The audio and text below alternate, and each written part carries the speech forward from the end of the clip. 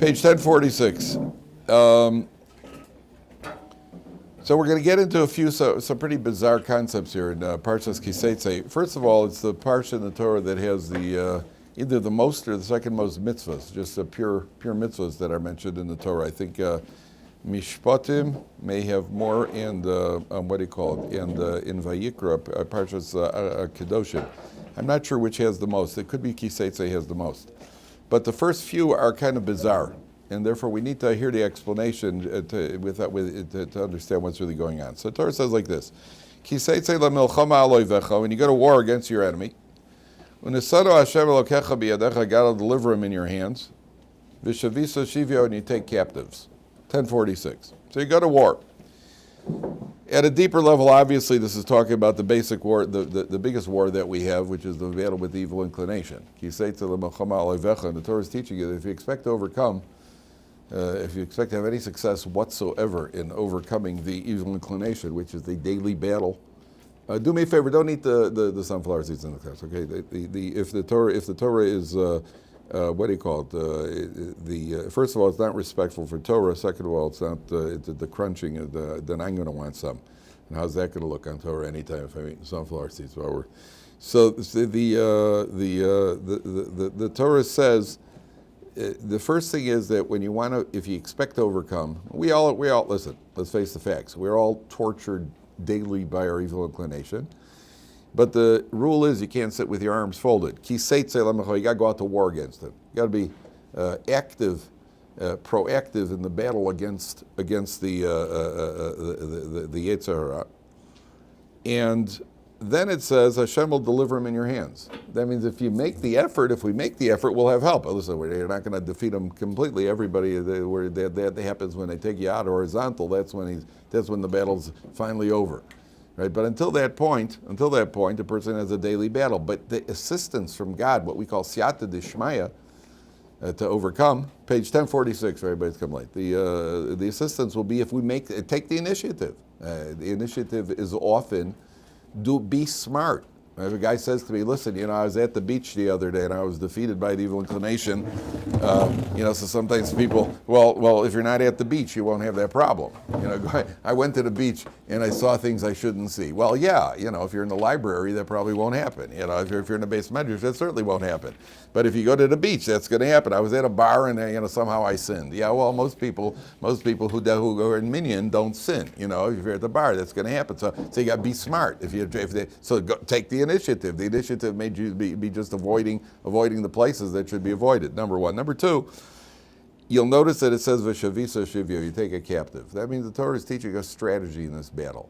A person who decides, I am now going to go from 0 to 60, I am going to be a tzaddik. Me and the Chafetz Chaim. Right? I'm just not going to do this and I'm not going to do that. I'm not going to do the other. Then you're going to get clobbered because it'll last for about 20 minutes. And then you end up flat on your face. And the Torah is telling you, v'shavisa, take it one step at a time. Take captives. Grow one step at a time. Take him prisoner. Start with one area of life, go to the other. I'll tell you one area that's very common for Baalei Tshuva. For example, I've been asked this question many times. What about listening to Goyish music? All right? So are you holding by that level? Are you really holding by that level? Sometimes people are struggling. First, let's figure out how not to eat shellfish. Right? Let's get past that first. Then you get to the next step. Then you get to the next stage.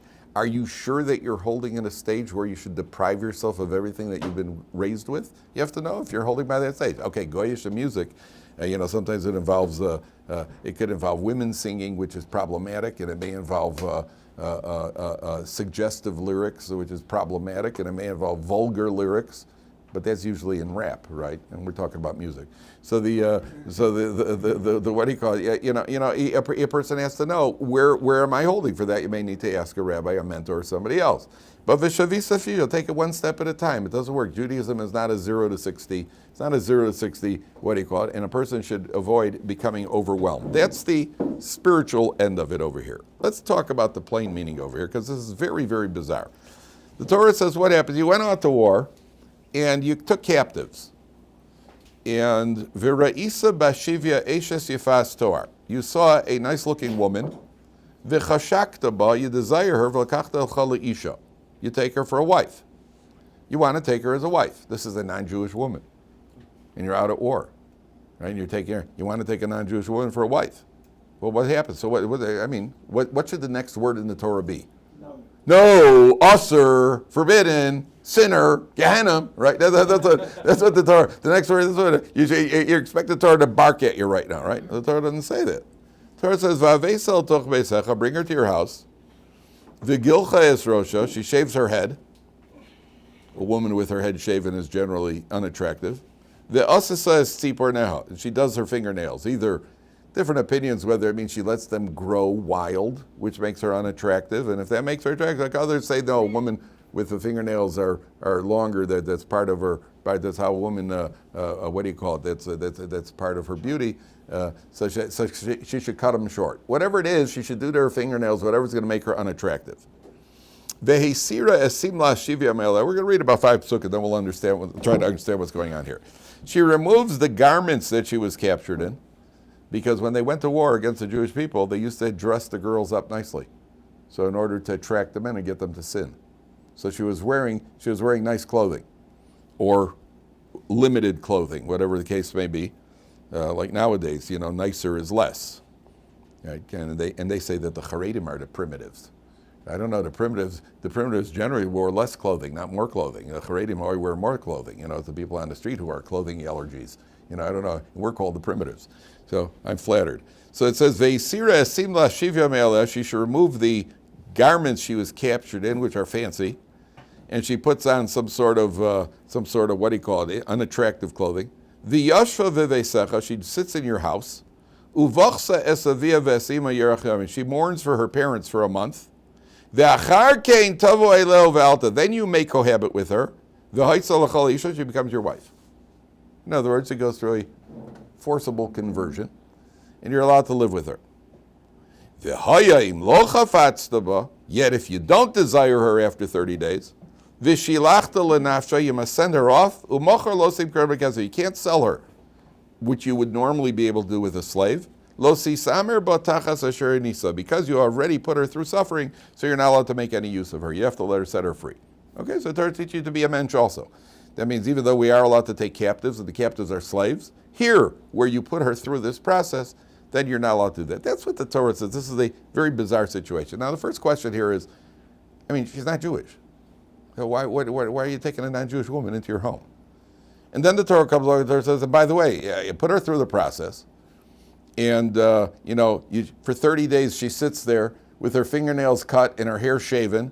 She looks like a bowling ball, and she's not bathing, and she's wearing these ugly clothing. And then if you still want her, then you can marry her. So what's the Torah hoping for, obviously?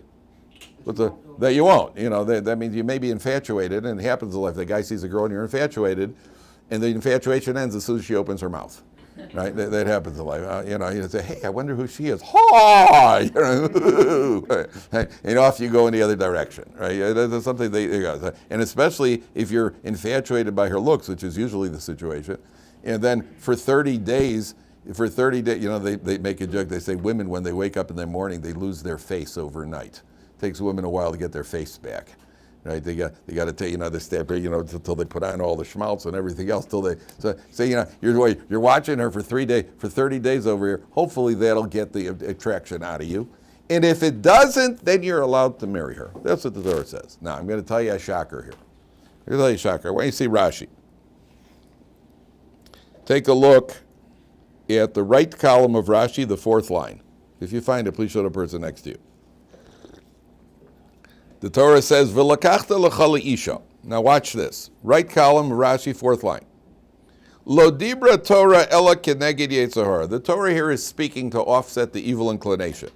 Listen carefully, gentlemen. This is one of the most shocking statements you're going to hear anywhere in Torah. She'im ein HaKadosh Baruch Hu matira. If Hashem doesn't make her permissible, Yisa'ena be'isr, that he's going to marry her in a forbidden manner. Avalim nasa, if he marries her, sofa liosa, he's going to end up hating her. Hey, that's great. You hear what the Torah Rashi says? And again, it's not Rashi. Rashi's quoting Chazal. Yeah, it said, well, the Torah, if Hashem doesn't make it mutter, doesn't make it permissible, so he's going to do it anyway. Okay, it's mutter. Can you imagine you go to a rabbi and say, Rabbi, I found this piece of meat, and some milk spilled on this meat accidentally. Is it kosher or is it treif? And by the way, if you tell me it's treif, I'm going to eat it anyway. Okay, it's kosher. How's that sound? Sounds very ridiculous, doesn't it? Oh, well, yeah. Dial a heter, yeah, right. Do they have something like that? They probably do, right? Okay. Local reform synagogue. There you go. We'll make it, whatever. It's ridiculous. How can you be? How could that be? The answer is that who gave the Torah? God. Who created us? God. God knows exactly where the line of reasonable expectation for a human being is. A man goes to war. You're in a situation where you're seeing death, you're killing people, and therefore that does something to you. People in a state of war turn into some sort of animal savage type of thing. And we are not immune to that. We're talking about tzaddikim who went to war, because only the most righteous person who was worried about doing averas, he didn't go to war. So you're talking about very righteous people, yet even those people, a guy could be in a state of war, and he sees a woman, so the Torah comes along and says, God says, I know what the limits here are, and I can't expect you under these circumstances to overcome yourself, but you obviously can't go doing averas, so it'll have to become permissible some way. Now, I highly recommend against it. I'm telling you not to do it, but I'm not forbidding it to you. This happens with teenagers all the time. This is when daddy feels good. Daddy, we're going on a hike to the Dead Sea. We're going to the Dead Sea. I don't think it's a good idea, guys. It's hot, and you're going to get sunburned, and you're going to come home with headaches and everything else. No, we'll be okay. All right, go right ahead. Then they come home sunburned with headaches. I love when that happens. That's a daddy moment. Okay, now the old man ain't senile just yet, huh? The old hound is still wisest, right? Maybe you should listen a little bit. Right, I remember that happening to me. We went to a football game in Chicago. The Soldiers Field is right off the lake, and the wind comes whipping off the lake. And we had free tickets. Obviously, we wouldn't have bought them. So I went with my dad. So he says, we're taking a blanket with. I said, no, we don't need to schlep a blanket. So we're going to take a blanket with. That wind comes off, and you're going to be freezing. Winter in Chicago, February is football in Chicago, and we're sitting there. It was freezing, and we're covered up under this blanket, and Dad's just looking at me like, totally. He didn't even say it. I said, Dad, you were right. You were right. Yeah, boy, oh boy. And we kept saying to ourselves, we're sitting there freezing under a blanket, looking at ourselves like, what are we doing here? It's not like we have to be here. We could watch this. We could watch the Bears lose at home also. We don't have to be here suffering under a blanket. So the Torah is telling you, look, you want to do it, you can do it, and I can't stop you because it's unreasonable to try to stop. I'm just telling you it's not a good idea because in the end you're going to hate her. Why is he going to hate her? Because obviously when an attraction is superficial, and it's obviously only a physical attraction over it, a physical attraction wears off very quickly. And there are beautiful people in the world that you've seen. Sometimes there are very beautiful people who, when you get to know them, they just become extremely unattractive. And you don't even see the beauty anymore. And it just becomes the ugliest thing in the world. So the Torah is telling you. But let's go back to that. What does that mean, though? The Torah is telling you, and people think, oh, well, this is the good news, because I'm going to do it anyway, so it's mutter. So the Chafetz Chaim famously said, well, it's not the good news, this is the bad news, gentlemen. You know why it's the bad news? Or if it's not the bad news, it's certainly the demanding news. You know why? Because we don't find this by any other mitzvah. A person can't come along and say, well, it's not, we're not supposed to talk Lashon Hara, but it's not doable. If it wasn't doable, the Torah would have made it permissible. How do we know? Because over here the Torah makes it permissible. So if the Torah didn't make it permissible, that means it is doable. I had a friend in high school who was very careful about not talking Lashon Hara. And this is the day when none of us cared. Guys were very meticulous. He wouldn't talk about people. He had an iron will. He wouldn't talk Lashon Hara. No, the rest of us laughed at it. I met him 20 years later. He was out in the workforce. And he's talking about people left, right, and center. I said to him, you? I mean, you were Mr. Chafetz Chaim back in the day. What happened? He said it's not realistic. When you're out in the world at large, it's not realistic to not speak Lashon Hara. That's not true. That's not true because if it was not realistic, the Torah would say to you that you don't have to do it. There are certain times where you have to disparage people. Certain times you have to give negative information, but that's not Lashon Hara. That's when it's permissible. That's because it's your obligation. If a guy's checking out, if a girl calls up, a parent calls up and says, well, my daughter was suggested for a guy to meet a guy for a shit-up. Do you know anything about him? Is he, and I happen to know that he's been in jail twice for wife beating. That's something that a prospective father-in-law may want to know. So there you have an obligation to share that information. But if it's somebody, the Torah is telling you over here, you can't do it, right? You can't. The Torah is telling you, I can't expect you not to do it because you're a human being. Even more at a deeper level, you see, is very interesting because the Gemara says, what do you do if you're in the grip of sin? You've got a strong temptation. So the Gemara says, well, first of all, you should say Kriya Shema. Maybe that'll help get you out of that state. And if that doesn't work, the Gemara says you should think about the day of death. And hopefully that'll do it for you. That a person realizes one day he's going to die and he's going to be accountable for what he wants to do right now. Hopefully that'll do for it. These guys went to war. They've seen death already. And he still has the desire. So what more could he possibly do? So the Torah says, okay, there will be a permissible way here. But we're going to do everything to help you out that you should not get involved here. And then at the end of 30 days, if you decide you still want to marry her, so then the Torah says you're allowed to.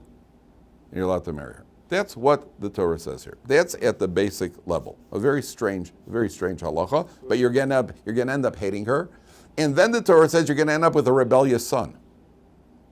If you have children with her, the child you have is going to end up being a rebellious son. We'll see about that in a second. Okay, now I'm going to take it to an even deeper level. And you can't ask me any questions because it's a Kabbalistic concept. I don't know the first thing about Kabbalah. I'm only telling you what the Or Chaim says, who is quoting the Kabbalistic sources. And you can't ask any questions. Okay? Deal? Deal. Okay. Yeah, we'll see how we'll see if you keep your end of the deal. So the Chafetz Chaim says that at the time of the Or Chaim, he says at the time of Adam's sin, when Adam sinned, certain neshamas, certain souls were captured by the dark forces, by what's called the Sitra Achra, the forces of evil, right? The Death Eaters, right? Certain forces were captured by the dark forces. Those souls are the souls of the future converts into the Jewish people. And the name of that soul, the soul has a name. There's a description. The name of that soul is the Yeshivat Ohr. So a man goes out to war, and he sees a woman, and he recognizes, we're talking about people at a very high level, the people who went to war. He looks at the woman and recognizes that's a woman who possesses a Yeshivat Ohr soul. And therefore I'm going to take her into the fold, into the Jewish people. But there's only one problem, which is what? There may be a bias over here. Somehow it's the good-looking ones who have the soul. Isn't that interesting? Somehow it's interesting that the best-looking one, oh yeah, that's a nice-looking soul over there. Yeah. Oh, so what's the test? Are you really attracted to her soul? Oh, you're attracted. Oh, she's got a nice personality. Oh yeah, it's her personality that you're interested in, or you're interested in her physical. Torah says we'll put you to the test. Take her home and leave her in the most unattractive state for 30 days. If after 30 days you still want to marry her, that means that what you were spotting was the spiritual end of it, which is her neshama. That's what the Or Chaim says. There are a lot of questions here. I know all the questions. I don't have any of the answers. I'm just telling you what the Or Chaim says at a deeper level. Okay, that's what's underlying the entire section here. Okay. Yeah. Yeah, Nathan, I'm coming for you. If you ask a question on this, I'm coming for you. Yeah, go ahead. If in 30 days he decides not to marry her, is she still considered Jewish? No, good question. That's a conception. Good. There, he has to let her go. She does not want to undergo the conversion. I think, if I'm not mistaken, there's a source that says that she stays for a year. And after the year, if she doesn't want to go, they try to convince her to convert. If she doesn't want to, then she has to go. Now, if one of these women, by the way, it's interesting because the halacha is if one of these women would approach us and say she wants to convert, then she could be converted overnight. And she's Jewish overnight, then you don't have to go through this process. Only if it's against her will. It's only if it's against her will, right? This is all against her will. If a woman one of the captives comes over and says, I want to, what do you call it? I want to join the Jewish people, and the Beis Din is convinced that she's sincere. But remember, you need a Beis Din to do it, and they're convinced she's sincere. Then you can convert overnight, and you can marry her. That's not a problem. That's not a problem. But they got to be convinced that she's sincere. But if she doesn't want to do it? If she doesn't want to do it, but we give her 30 days to tell her, listen, you should do what you should. She says, all right, I don't really want to, but okay. Then if she says, no, I don't want to at all, I think there's a source that said you can't marry her and she has to go for you. Yeah. Now, there's another idea over here. This is remarkable. You see, you know you've heard of the concept of mazel? There's a kind of mazel, what we call fate. Everybody has a certain mazel. Even though the Gemara says, Ein mazel li Yisrael, the Jewish people don't have mazel. What that means is that we're not bound by our mazel. Other nations are bound by whatever their preordained mazel is. We do have mazel, because when we're born, what month, what year, what hour we're born, that all determines our mazel. A person may be born with mazel that he's going to be poor. But what it means that Ein Mazel Yisrael means that it's not binding on us, because it could be changed through prayer and it could be changed through actions, through doing mitzvahs. So Ein Mazel Yisrael means that it's not a fait accompli. A mazel it would take a lot to change the mazel, but the mazel could be changed for the Jewish people. Now, when a man goes to war, a person's mazel is determined by his mood. Do you know that? Have you ever heard such a concept? That means if you're down, if you're sad, you're down, depressed, whatever it is, you could actually bring about a person could bring negative consequences on themselves based on their mood. So a man goes to war, which is obviously a situation of where there's potential to be killed, he has to be in an upbeat state. There are commentaries that say the reason the Torah permits this is you can't have a man go to war, see a girl that he's infatuated with, and then go, oof, boy, but no chance here. Right? And we have to create a situation where he's going to remain upbeat because he's at war. That's what the proficient says. And therefore the Torah says, because our mood can affect our mazel. Right? Sometimes someone says, just because you're worried about something happening doesn't mean it's not going to happen. To the contrary, often because you're worried about it happening may be the thing that actually activates it at some level. Obviously, if you do something foolish, it also activates it. If a person's worried that he's going to fall from a high place, that he goes and walks on the ledge of a 17-story building, it's not because he was worried. It's because he was on the ledge of a 17-story building. But if a person is nervous about something, that nervousness could actually activate a negative consequence. That's what the commentaries say. And therefore, one of the approaches of the proficient here is that the man who goes to war, has to be in an upbeat state. Okay? Now, I want to show you something else. Huh? War, yeah. Hey, you had a good breakfast today. Okay. So now, if you take a look at the first pasuk again, I want to show you something here. When it says, "Unesano Hashem Elokecha biyadecha," okay, that Hashem your God will deliver him in your hands. If you take a look at the first 5 words of the Parsha, the last letter of each of the first 5 words. So it starts with a Yud, and an Aleph, and a Hey, and a Lamed, and a Chaf Sofis. Ki Seitzei le Milchama Avech. Everybody see that? The last 5. Okay, if you rearrange those letters, if you read the first 5 words of the Parsha, 1046, the first 5 words on the page. Ki Seitzei le Milchama Avech. See that? Look at the last letter of each word. You get a Yud, Aleph, Hey, Lamed, Chaf. If you rearrange those letters, you get Elokecha, your God. That means when you're going to war, just remember you're going to war with Hashem, with your God. Hashem is taking you out to war. It's a hidden part of the war that we think that we're doing it on our own. You're not doing it on your own, especially when the Jewish people went to war and it didn't have one casualty. That doesn't happen. That doesn't happen in war. When Jewish people go to war, in any war, there are going to be casualties. Right? Yet the Jewish people fought wars, and not one person got. And then remember, wars of those days, you didn't just sit in a room and hit a keyboard and blow up cities. Iron Dome. Yeah, all that. All war was very personal in those days. You went out there, you're stabbing people, shooting bows and arrows. Clubs. It was very. There's a lot of job satisfaction there when you went to war. You actually, and somehow nobody got killed. That's Hashem Elokecha, God taking out the war. That's the hidden aspect of it. That's if we're worthy of it, that's what's going to happen in war. Then the Torah goes to Pasuk, skip on now. The Torah says, Pasuk Tesvav. Ki siyena leish shtei nashim. If when a man has two wives, how do you end up with two wives, gentlemen? How could you end up with two wives? What?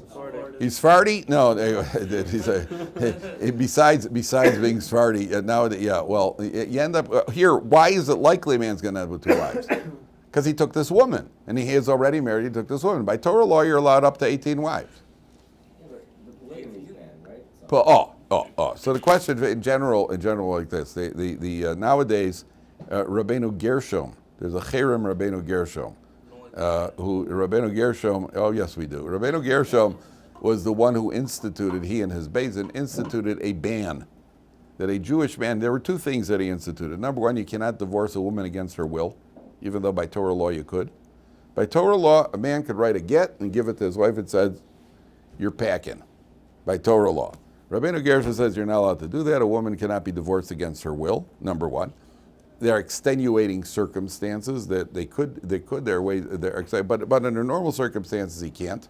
And one of the reasons the commentaries say that was instituted is because then you get a guy who marry a woman and the next day get rid of her. He'd be like a Jewish Achashverosh, just send her home, and then spend some time with her and then get rid of her. They can't allow women to be abused like that. Number one. And number two, he instituted a ban that you're not allowed to marry more than one wife. A man's not allowed to marry more than one wife. Now, there are different reasons why. The most basic reason that's given is because of what's called kitata. Kitata means that it's going to cause quarrels in the home. It could cause fighting. There's competition in the home between the wives. By the way, do you know what a co-wife is called? A tzara. That's what a co-wife is called. You have a mother-in-law is chamoso and a sister-in-law. And each one has a name. A co-wife is called her tzara. And it's no coincidence that she called her tzara, because obviously co-wives are competing for the husband. That's why the Mishnah in Pirkei Avos says, Marbe Nashim, the more wives you have, Marbe, anybody know how that goes? Treachery. Marbe, it doesn't say treachery. It says Marbe Nashim, Marbe Nashim, Marbe credit cards. Yeah, no, it doesn't say that. It says, it's not quite as bad as that, but it's bad. It's Marbe Nashim, Marbe Kshofim. The more wives you have, the more you will be prone to witchcraft. And the commentaries explain because the wives will be competing for the husband's affection, and they'll go to sorcerers or witches or whatever it is to cast spells on the husband. So the husband will be. So it's not a healthy. Rabbeinu Gershom, look, like a lot of things in the Torah. Why was a man allowed to divorce his wife against the will by Torah law?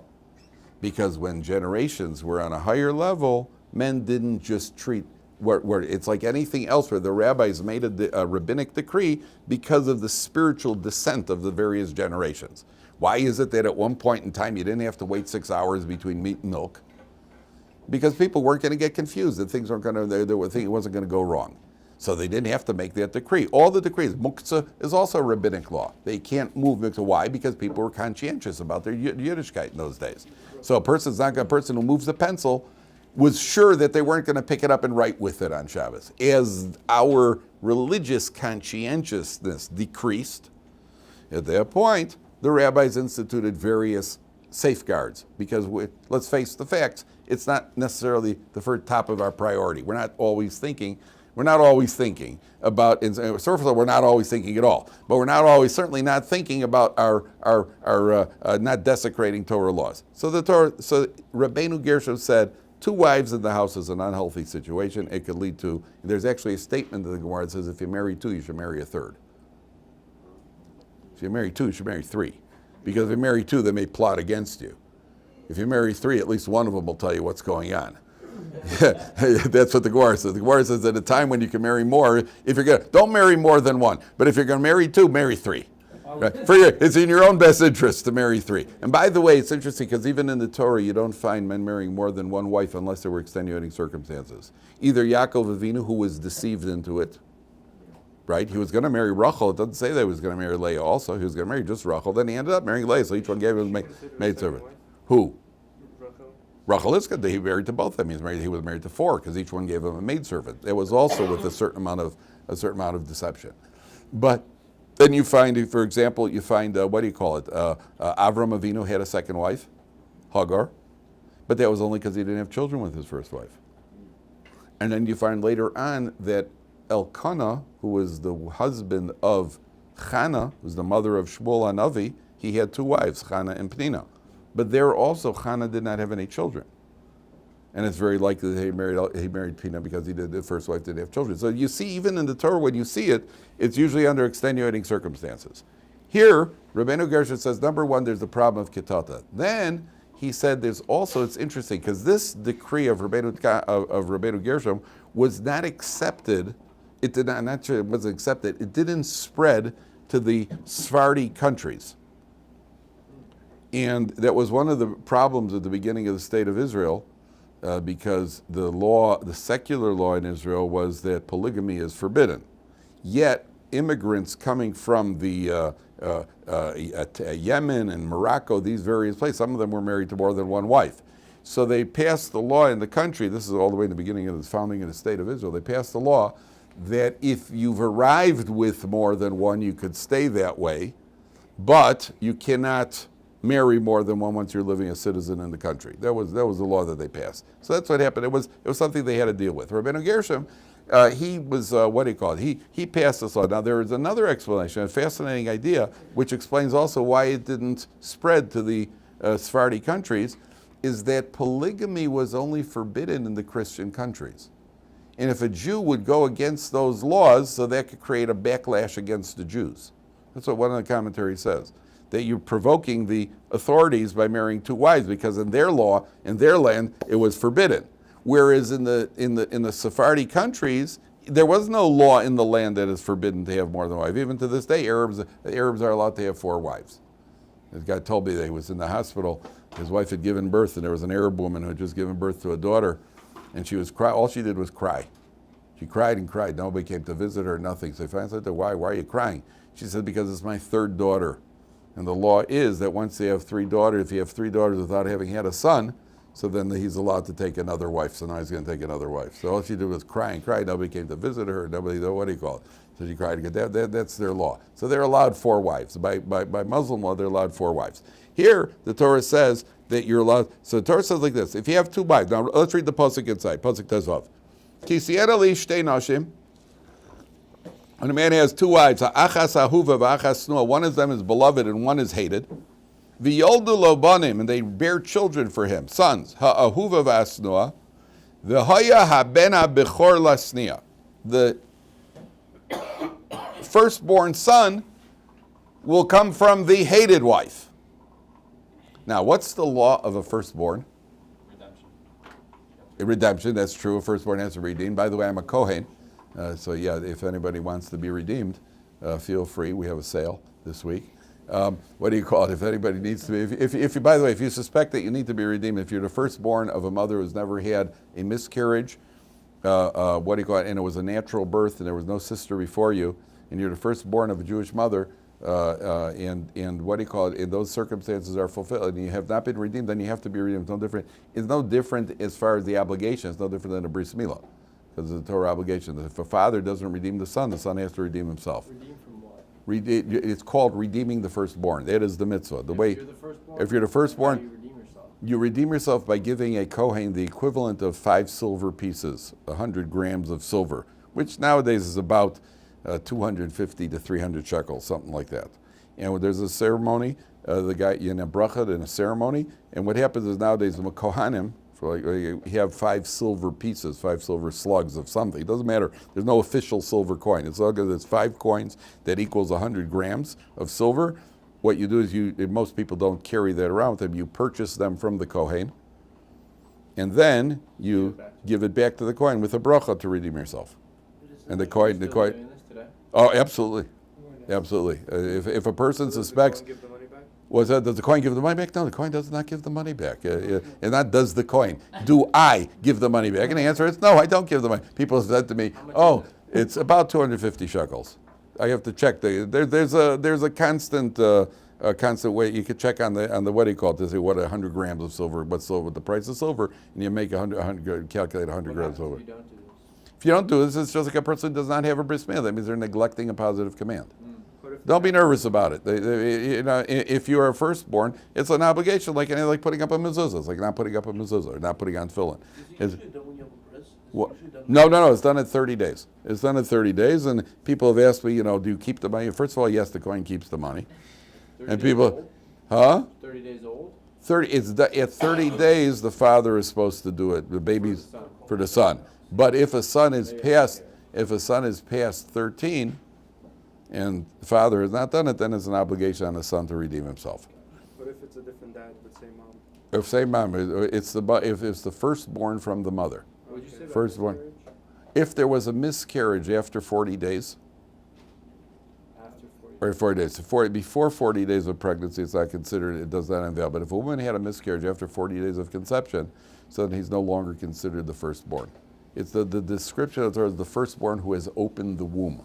That's why if it's been a cesarean section, if he's taken out cesarean also, it does not, there's no what do you call Does it? it have to be a boy, not a daughter?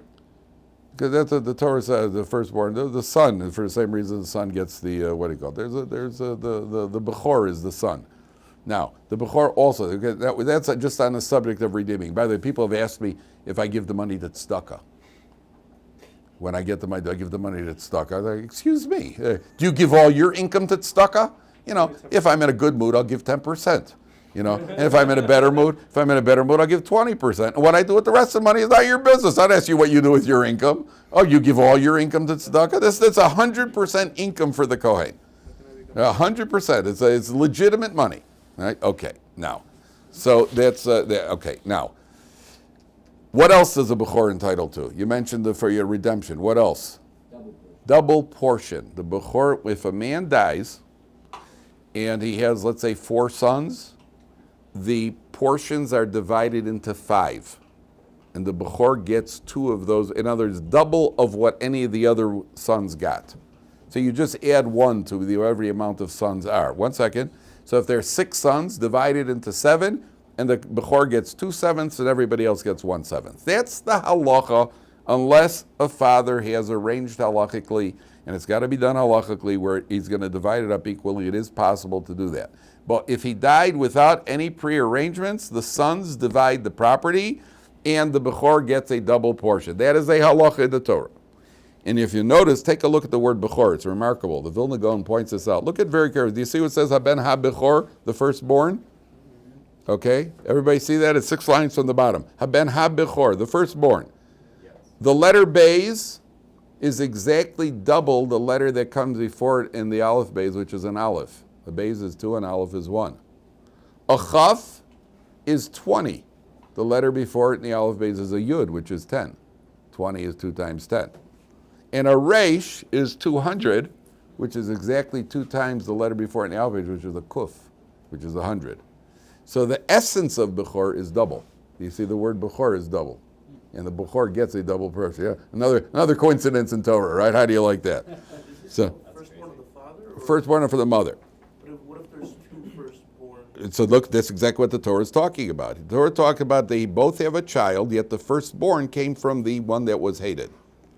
V'haya b'yom hanchilo es banav, on the day that he bequeaths his property to his children, es asher yelo, that which he has, lo yuchal levaker es ben ha'ahuva al pnei ben ha'snua ha'bechor.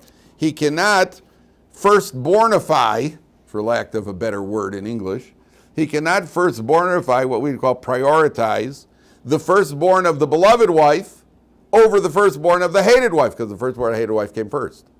So he's got all the rights of the firstborn.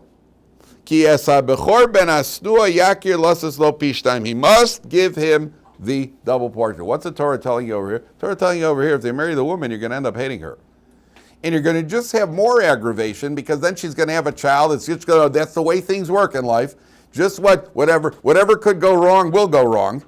And not only you're going to hate her, she's going to end up with the firstborn. And you're going to resent him because he came from the wrong wife. And then you're going to have to give him the double portion. And the Torah is telling you over here that when a person falls into it, you go against the Torah's advice, things don't go right. And this is when you're doing something even that's permissible.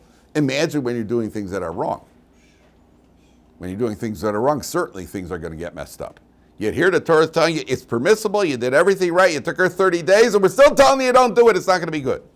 And then what happens? She's going to end up with the first, just your mazel. Right? It always works that way. Just my luck, It happened anyway. right? It happened anyway. It's like the people that were told over vacation. People were going up north. Well, I don't know if it's such a good idea to go up north. You know, a lot of people. It's going to be very crowded. Do you know that people spend 5.5 to 7.5 hours on Highway 6 in Israel trying to get up north? Now that's a fun vacation. All right, I told you not to go. I told you. Now my kids didn't. They didn't get trapped there. They've done other things that I've told them not to. You want to hear a beauty? My oldest kid was about 6, and somebody had dropped somebody for some reason. I had a bottle of beer in my refrigerator, right?